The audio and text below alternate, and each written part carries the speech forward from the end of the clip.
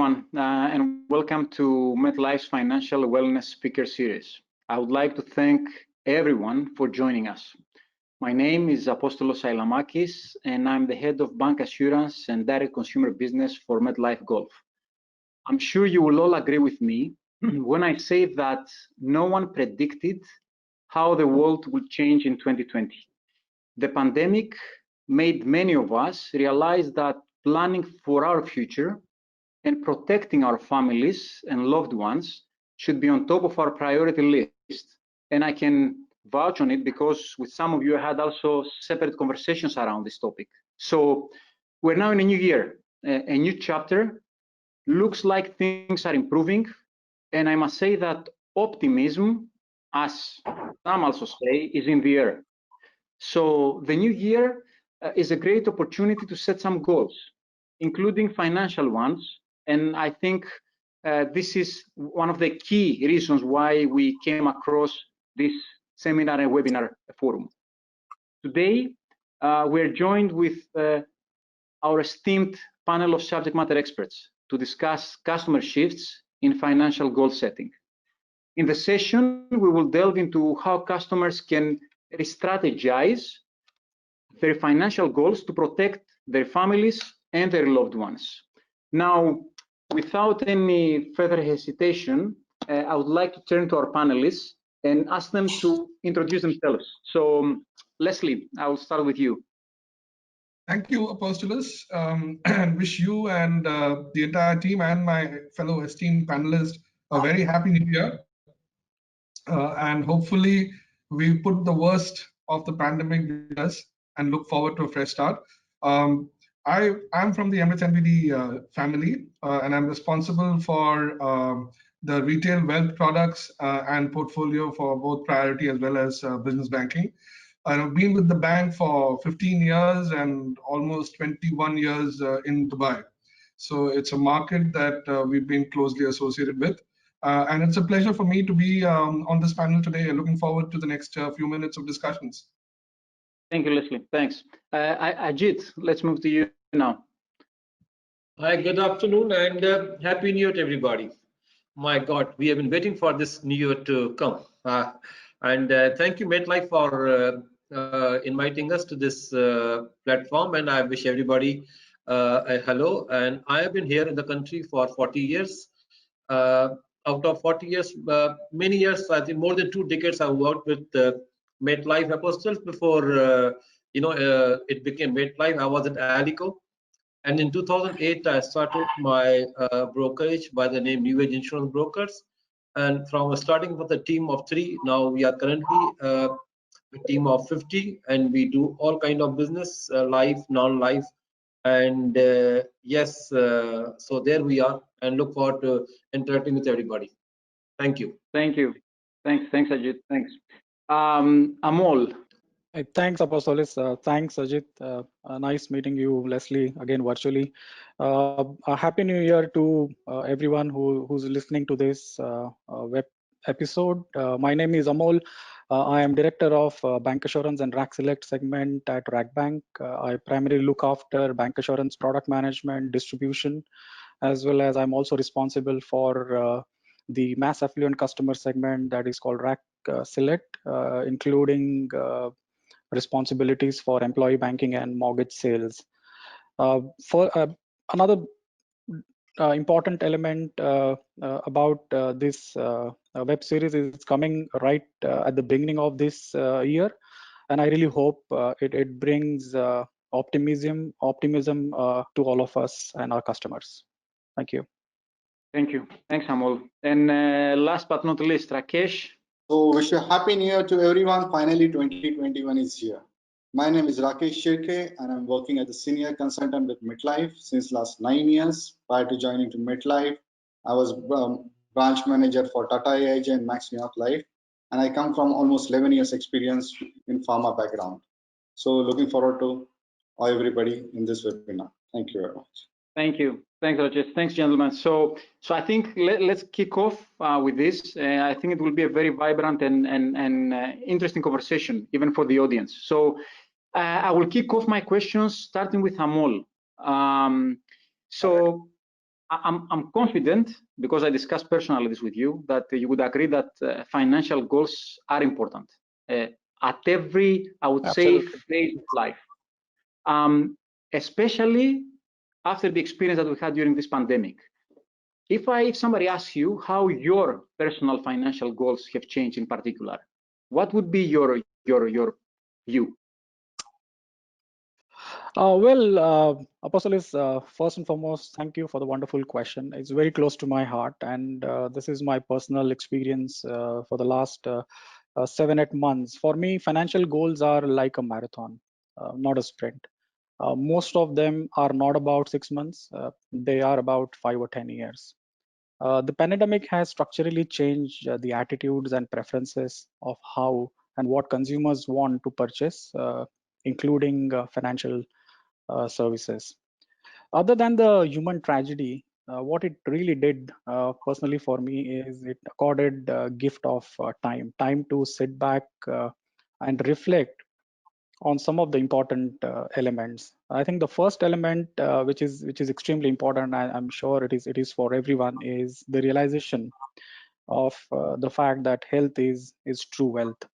Taking care of you and your loved ones' wellness mattered the most during the last 7, 8 months.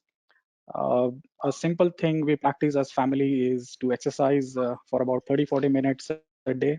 If we were stuck at home, then we could do some exercises at home, or when it was eased out, then we could just get on to the community and cycle for some time. A second bit was really avoiding sedentary lifestyle. We kept on moving from ground floor to first floor and so on and so forth, so that we could avoid the sedentary lifestyle. And the third element was really sleep well for about 7 to 8 hours a day. That's what we did as family, and needless to say, but nonetheless, manage your diet. You can put on weight really quickly. I have personally rebalanced mine and ate more home cooked food and uh, healthy food than ever before. The second element is the realization is cash is still the king.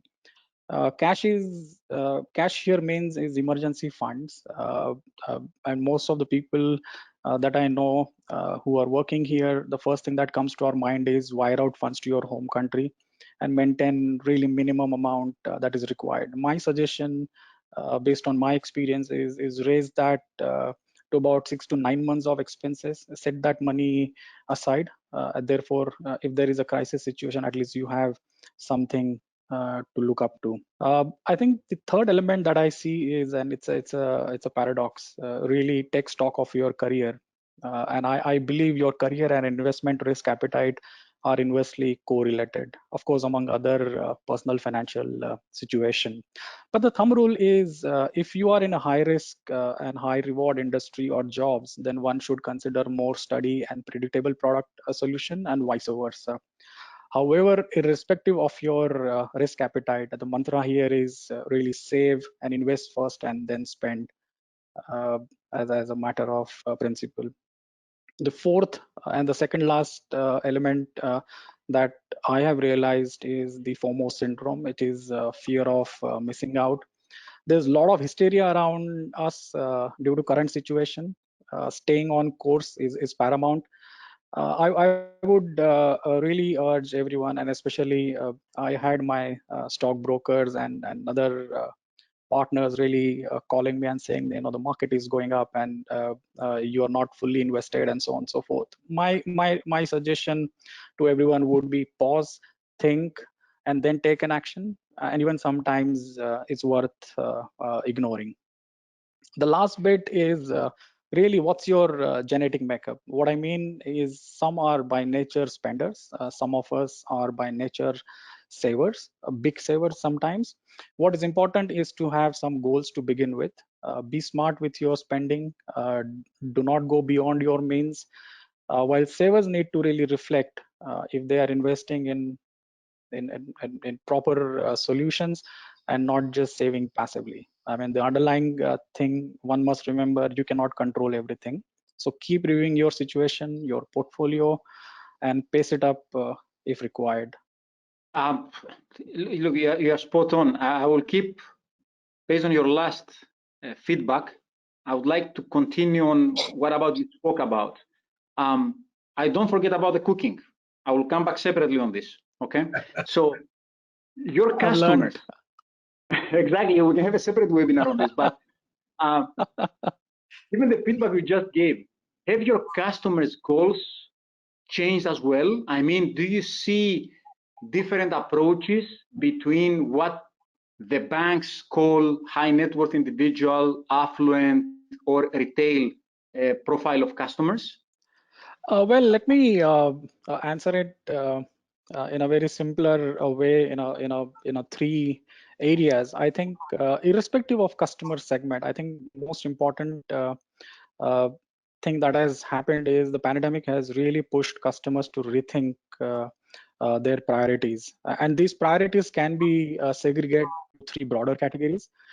First is product, second is service, and the third element is information. I call it PSI, and the I stands for credible information. Uh, the first element of the product, what we have witnessed within our portfolio is increasing or adding life cover and critical illness protection. I think it was a no-brainer. I'm sure everyone would have witnessed this trend, and even Google search. If you look at the latest report, I think health insurance followed by life insurance and protection against COVID. I think these were the highest search words that one could find on the net. The second bit is I have also seen refinancing of high cost debts with low cost borrowing, given the current softer interest rate scenario. So people are trying to increase their disposable income by replacing high cost debt with a low cost debt. I've also seen uptake in multi-risk travel insurance policies, especially the inbound ones. For example, my mother-in-law visited us a few weeks back, and the first thing that I wanted to do is go for an inbound travel insurance stroke health insurance.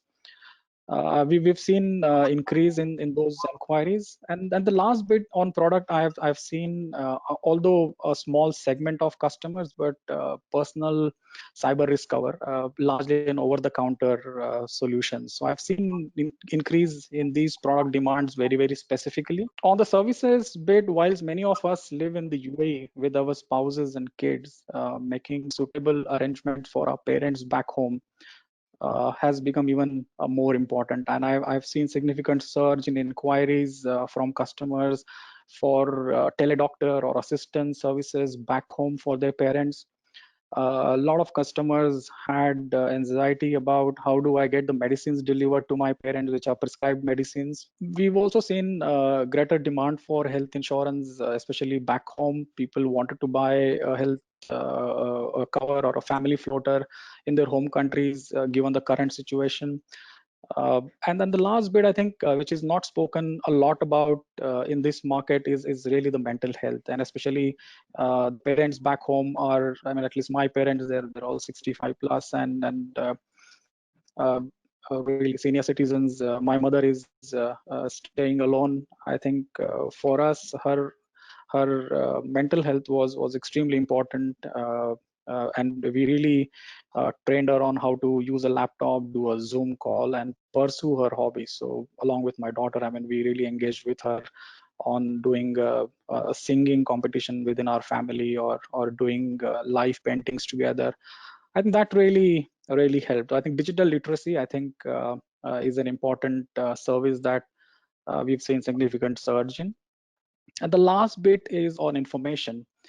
Uh, and this is again more simplistically, many consumers, irrespective of segments, and this is truly irrespective of whether you are high net worth or a mass affluent customer, appreciated guidance on simple things like credentials of accounts. How do I maintain, update, and store my account information securely? And most of us have more than one banking relationship, either in the UAE or back home. And how do we really store that information and keep everything handy? Should something go wrong, it is easily accessible to someone who you want them to access to. The second bit is account nomination and including contingent beneficiaries or avail trustee services. A lot of inquiries around that. People were looking for credible information, and they really appreciated our help in this regard. The third, I would say, which I did myself, is sort out your will and probate. That was extremely important, irrespective of the client segment you are, and especially if you are in a mass or mass affluent or a wealth kind of a segment. I think this is an extremely important element. I would say the last bit is say no to tips. You would get a lot of calls from people, invest here or buy this or do this. I would say do your own financial research. Seek professional advice, maybe from a financial planner or your reputed bank's relationship manager who would remove bias from the product and really guide you through the process. Thanks, Amol. And I think that your last point gave me a very good lead to move to Leslie for a key question. And I will connect this question with Ajit and Rakesh after. So, Leslie, within your bank, has or have your sales team or relationship managers approach changed while they assess the financial goals of their customers during the pandemic, during what we experienced? What did you observe? What is your view? So definitely, Apostolos, there's been now that health and sickness is a major area of concern. And while the RMs and our sales teams have previously been emphasizing on the need for sufficient cover for them, it was not an area which the clients would always jump at, and take that opportunity. But I think with this pandemic, I think that awareness even within the client base has become has increased manifold. And if anything this year has taught us, it is how vulnerable we are as a human race to something as minute as a virus that can completely derail the best set of plans. So I think from that perspective, the clients have become far more receptive, and they're actually willing to consider adequate or even higher allocation for protection products. And to the almost an extent that they are slowly but definitely moving away from being a push product to a pull product. I mean, that is the biggest transition that we've seen in the last 6 months, that we are getting calls now asking for something like this. So to that extent, you're definitely seeing a change, and that's making the RM's job that much more relatively simpler. Earlier, you would have the customer doing a trade-off between an investment and an insurance need, and typically they would go more tend towards the investment side of things because you've got one protection or you've got one policy in your home country, and you think that that is good enough, and you tend to invest more. Now we are definitely seeing a balance between that. So you can see clients now, the ones who are traditionally investment only preference, you can see them moving to the insurance side as well. So yes, definitely we've seen that shift in the client habits. Thank you, Leslie. So taking the feedback from both of you, I think awareness is sparking more. 360 review of the priorities are in place, as Amol described as well. Service is a key attribute also in the new game plan as we move forward in 2021.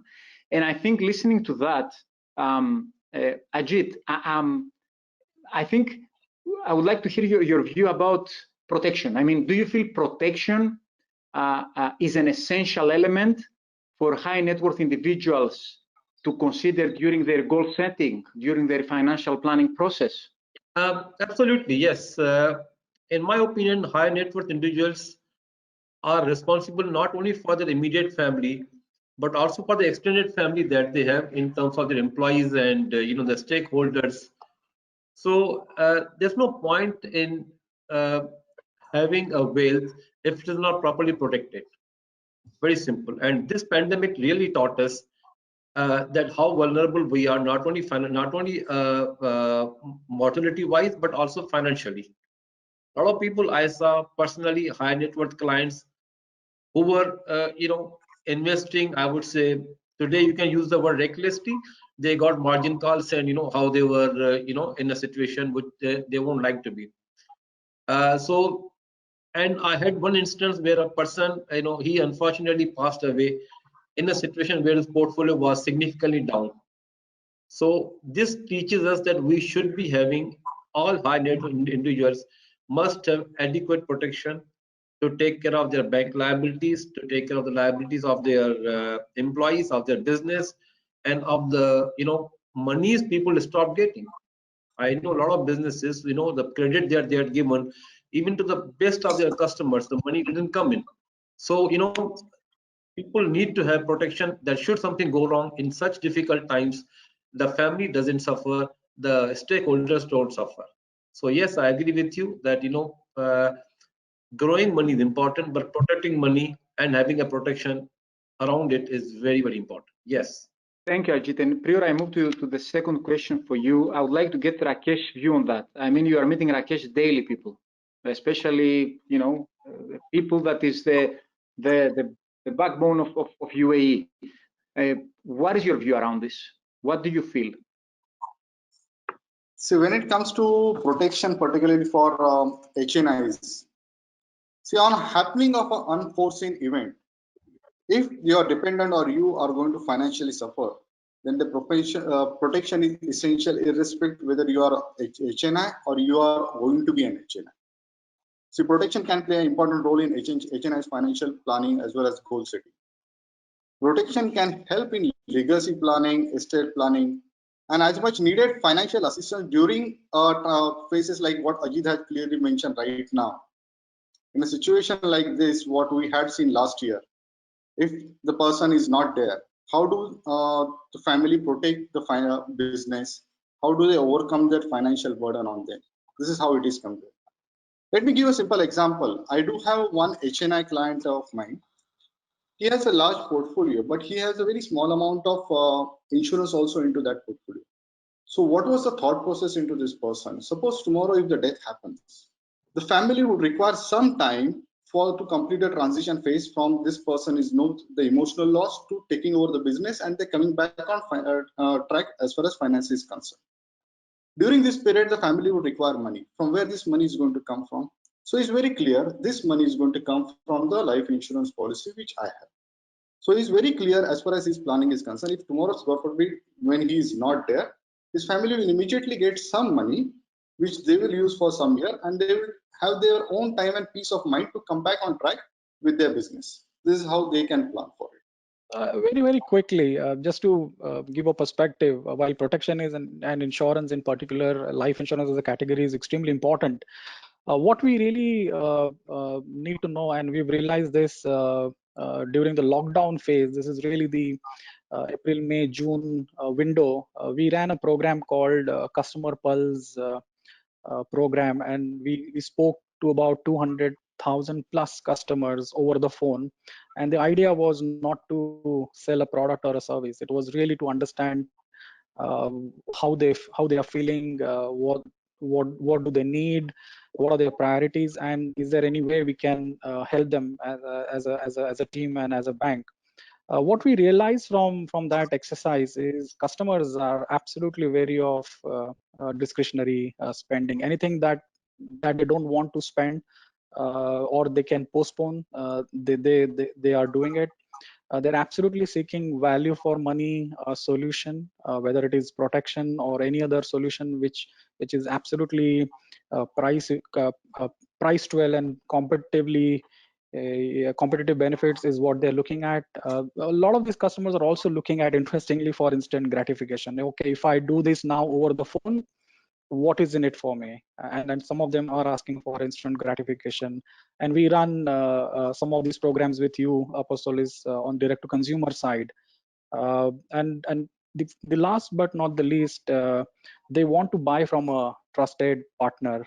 So for instance, if it is MetLife or likes of MetLife is where they really want to buy from, and not really going to any other player who are not really up to the mark with their promise.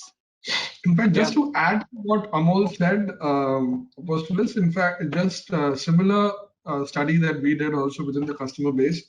The other thing that came out very strongly was the need for a digital outreach rather than the traditional mode of selling. So, and the customer's preference for something like that is very high.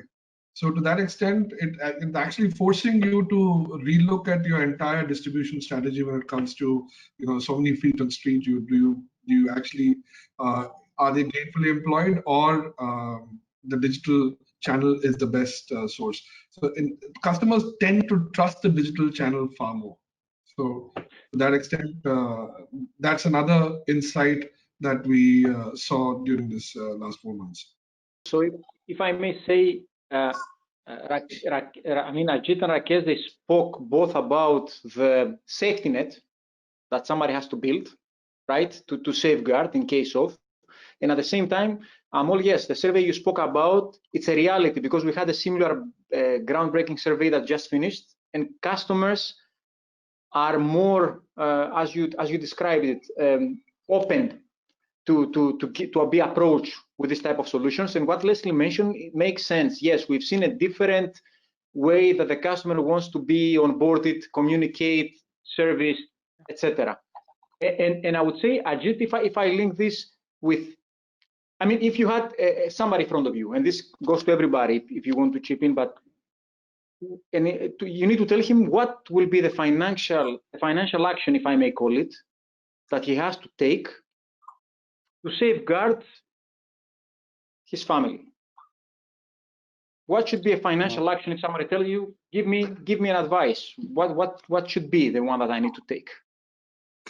Coming from the field of being from in the field and daily doing this with the customer who's actually investing or who has some goals and this thing, what I normally recommend to all my clients is that, see, our life is like a journey. If we plan it well, we can enjoy it.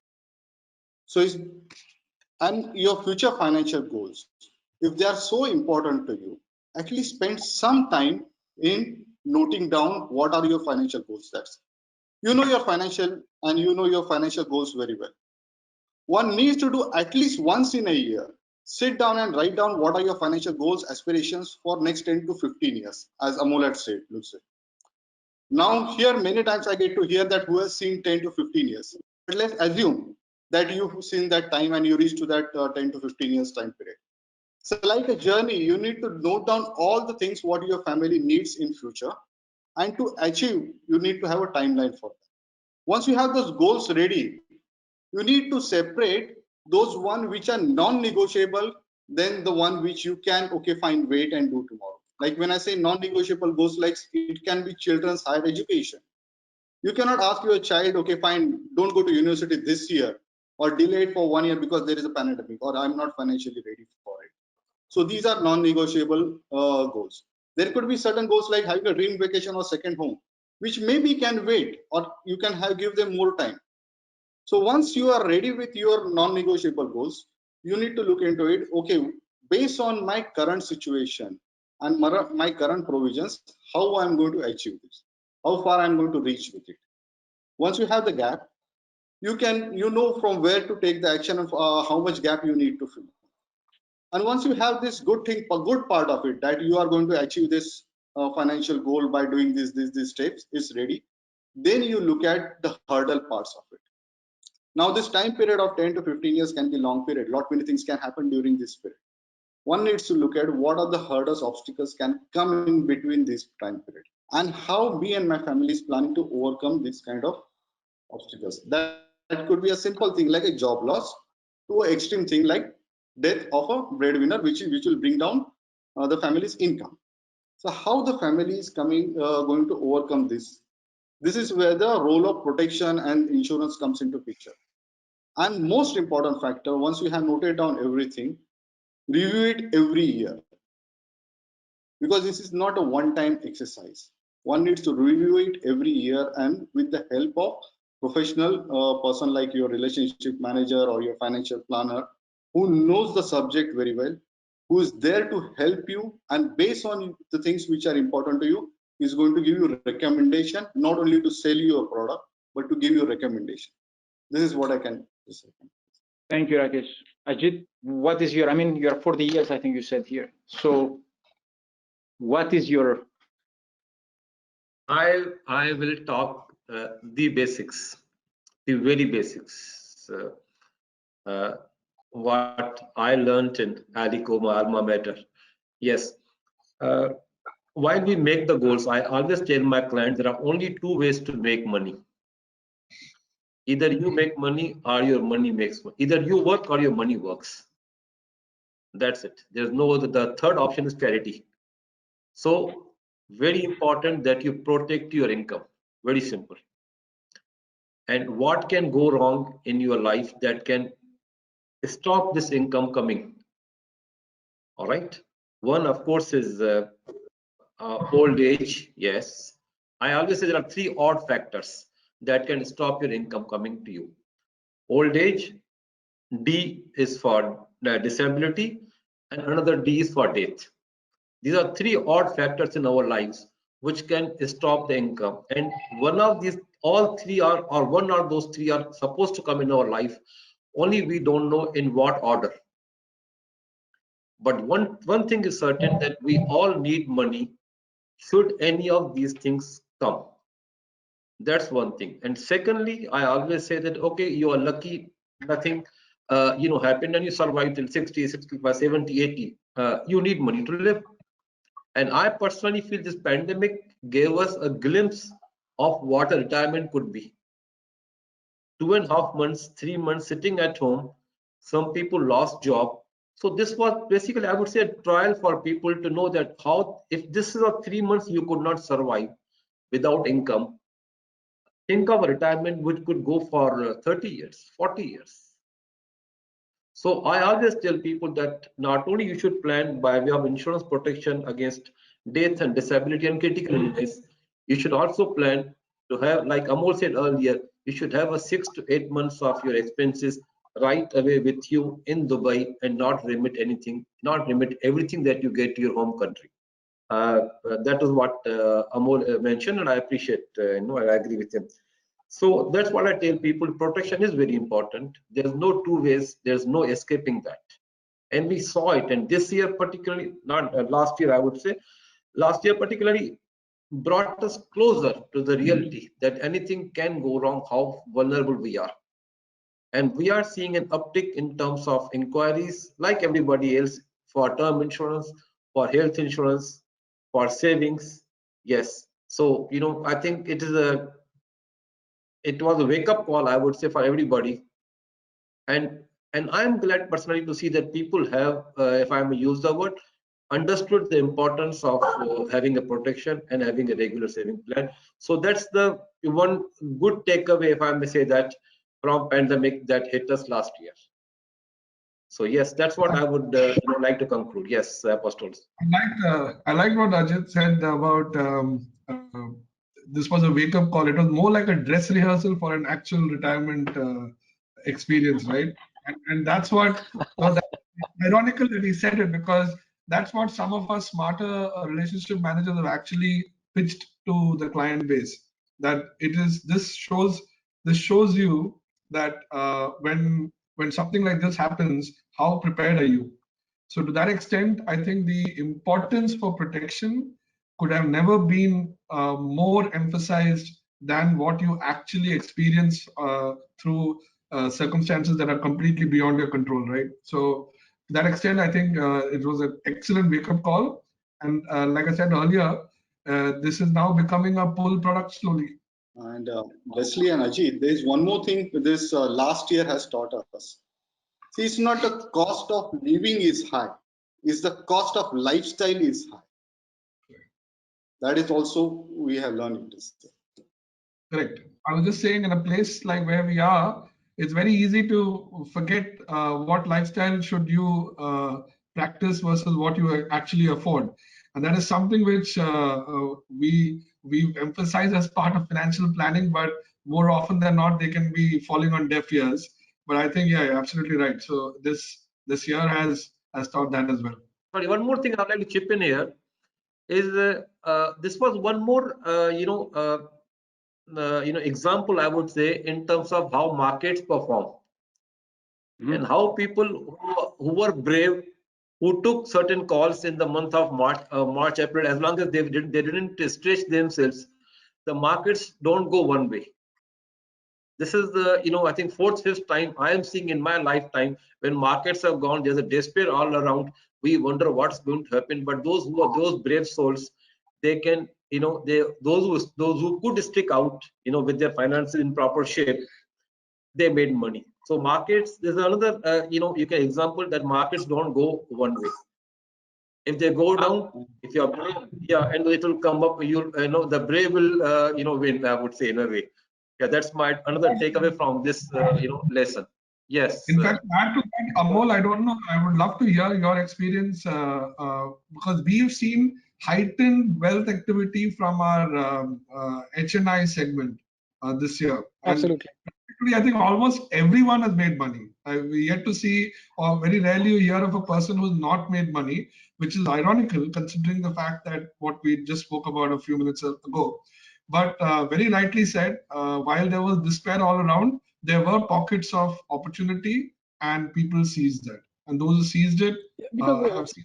no, and you're absolutely right, Leslie. People, I mean, we saw a very strong rally on equity markets, global equity markets led by US and many emerging markets. We've also seen strong rally on FIS, the fixed income securities, and all these HNI customers who are sitting on cash had the appetite to hold on and invest. I think those are the guys who really made the killing in this economic surge of markets.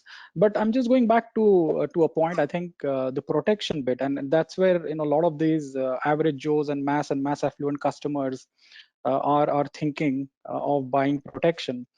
I would recommend them if you are going to buy a protection, say for $1 million dirham, I would strongly recommend split it into two and buy from two different insurers. Not that I don't love MetLife; they are our preferred partners. We chose them as our preferred partners for 10 years. But from a financial planning perspective, I would request our those customers to look at it and split it into two, because when it comes to claim settlement, there are a lot of ifs and buts. While MetLife has an extremely strong record in this part of the world, just to give you an example, I have seen a partial total disability claim, and this is how two insurers viewed it. I mean, one particular insurance company where I was employed in my previous life declined the claim because the way it was drafted said uh,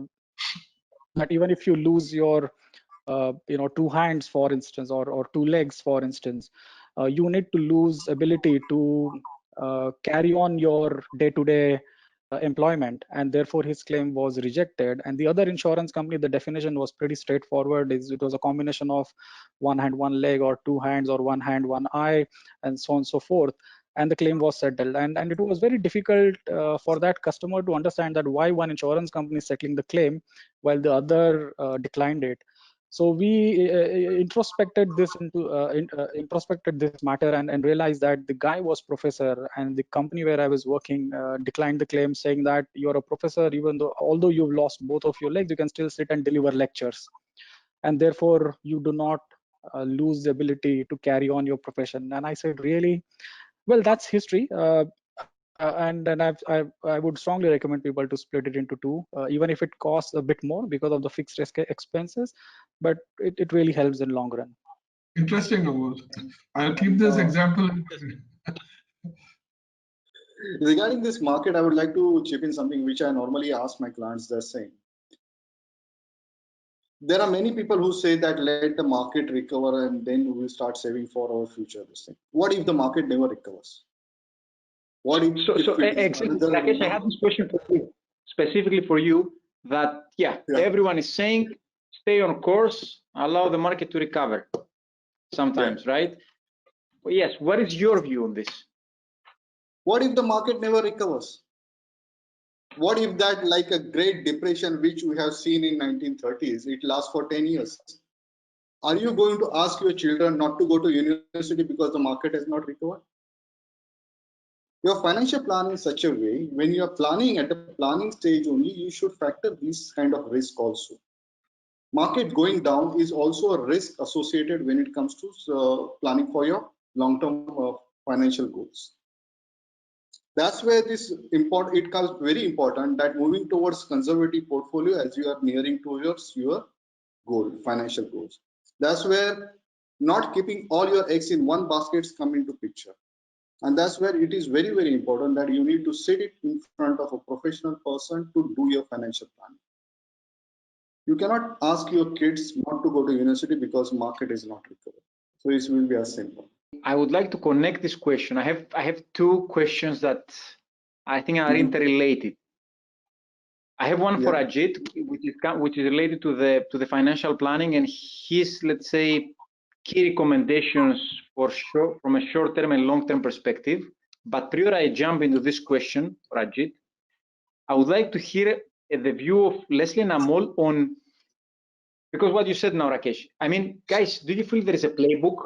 There is a playbook around how one can set financial goals based on age and their life stage. What is your view? Apostolos, I think I would give you a very personal example. And the way I see it is, if my 10-year-old daughter, if she can't understand, I think no one can understand. Having said that, I have a 10x rule. My hypothesis is that if you can visualize, then your chances of achieving it are 10x greater than an average Joe. So if I were to draw a playbook and just visualize for a moment that you have this Excel sheet, and first row you have your name as a label, and then you capture your name, your spouse name, and your kid's name in all the rows. And then the next column is your current age and your family's ages. And then the third column is just do 10 years, 20 years, 30 years, 40 years, 50 years, and just capture your ages. So I did this exercise for my daughter. She's 10, and I was making her understand the topic. We had ample time at home. And I did it, and she's 10, and I said, in 10 years time, you're going to be 20. And she said, yes, I think I will be in university. Okay, excellent. So that's one of the financial goals. I said, add another 10 years, go to the next column, and you will be 10 plus 20 is equal to 30. She said, possibly I would have been married, and then 40, and then 50, and married with a child, and possibly heading towards retirement, or your kids are going to university, and so on and so forth. And that kind of gives you a realization that how quickly your financial priorities change. And my 10-year-old, I mean, she could understand this 10x rule very simplistically. And I said, okay, if you were to start saving for your education, how much would you want? And we said, okay, let's look at, she wants to go to the Royal School of Music in London. We said, okay, you need 40,000 pounds as a fees for a year, and it's going to be a 5 years, so you need 200,000. So how much do you need to save? And it's a simple arithmetic calculation without taking interest and inflation into consideration. And you just divide that by number of years and how much and the number of months. You get to a number what you need to save without taking all those factors into consideration. And that's how I made her understand that this is how you save, and this is how you get to a goal. So I would strongly recommend. I think people need to visualize it before they start taking action. So this is for me, guys. I have a takeaway this afternoon when I go back home. There are two daughters, so I will try to manage both. The thing is, I need to manage the expectations of the financial aspiration. Well, please, let's see. You were ready to. If I take this up, so you have Amol's personal example, and then what we do with the customer is actually go through the exact plan that Amol put together in his template, and we just call it a financial planning exercise. But during the in the past pre-pandemic days, this used to be an exercise where you would sit in front of the customer and try and do it, and the customer, in a little matter of fact in putting his goals and information, etc. And he would be genuine in some cases and not so genuine in the rest of the cases, because he wouldn't see a clear value coming out from this. It was more of a transaction that, and this is a form that is part of the transaction, so you need to fill up this template, and that's how we would see it. But now in the post-pandemic stage, when you actually go through the full cycle of children's future, protection planning, wealth creation, retirement planning, and even within children's future, you go through education, supporting the child, marriage. In the case of protection, for example, you go through either disability, death, or a disease. When you actually break it down, I don't know whether it is the times, of course it is, which is solely contributed to it, but people can now relate to the exercise far more than what it used to be before. So to that extent, what used to take maybe 35-40 minutes of a discussion can now go into 2 hours of proper questioning up and down. So you see the client engagement has also gone up because you see value in doing something like this.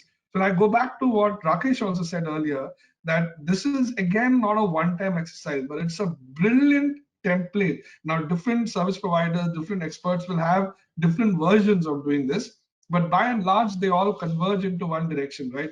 So if you are able to draw that up at the age of 25, 30, 35, able to draw that up for you, your family, your 10-year-old daughter, your 10-year-old son, etc., and then every year you're able to track that, I think that will be one of the single most valuable inputs of output of the pandemic. That the average Joe, to borrow Amol's quote, will actually learn the importance of financial planning. And so to that extent, we in our approach, we have emphasized that even more, and we see customers far more receptive to doing that than what it used to be earlier.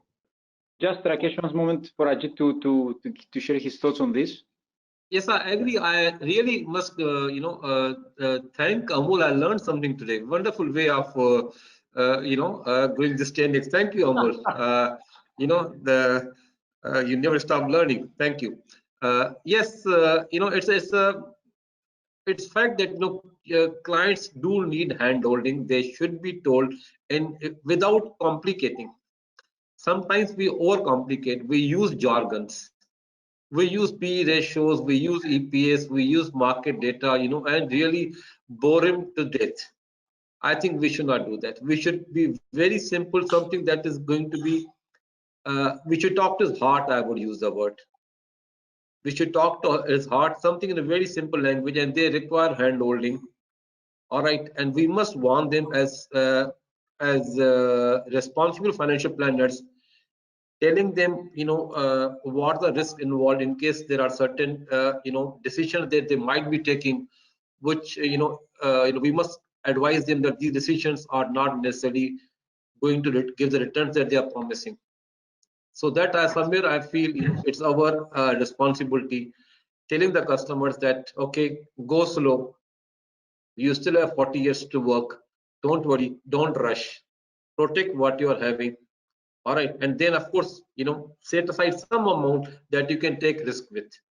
Of course, if he doesn't go into markets, and we all know he won't get the returns, right? But then it's our duty to say that okay, whatever is your age, as we used to say, your age should be cash, remaining should be market. So as you grow older, you should move into bonds and cash and less into equity. So this is a simple formula I tell my clients, that yes, go into markets, but depending on the fact that you're taking care of the very, very basics. I again come back to protection. Add to what Ajit has said, is very important. You see, when many a times when we draw a timeline on simple piece of paper, showing the prospective client their current age, their children's current age, and it is realized by the time their children are there done with their university, they have only 4 to 5 years left to plan for their retirement. 4 to 5 years may not be sufficient time, and that's why this kind of short of time attracts them towards the rosy products, which are high risk, high gain products, like Ajit was saying this. So if you do this exercise well in advance, You know how much time you have in your hand and what is your risk appetite. Based on your risk appetite, you can select the products what you want. Make sense. Look, gentlemen, firstly, I would like to sincerely thank you.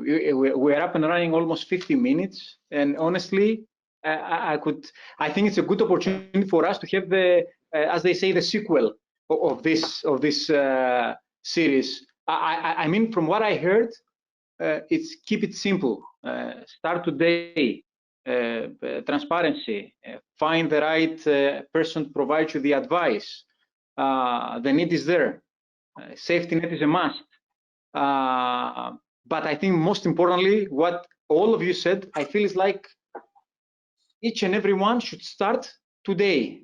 And there is no magic recipe, as Amol described, and Ajit, and all of you, Rakesh, Leslie. It's a ABCD. It's as simple as that, if you want to get into that. So just as we wrap it up, any final thoughts, as they say in the news, the 1 minute window thoughts for each one of you as a final remarks to the audience until we meet them again for the series 2? I will say one thing, that there is one saying that when it comes to creation of wealth, if you are talking about creating wealth for your family, it is not important how much you are earning. It is important how much you are saving and investing for your future. Thank you. Thanks, Rakesh. Ajit? For me, what we learned last year, health is wealth. My first message will be take care of your health, and second message will be save before you spend. Very simple. You should know how much I have to save, then you spend, not vice versa. So that's the two small messages I would say.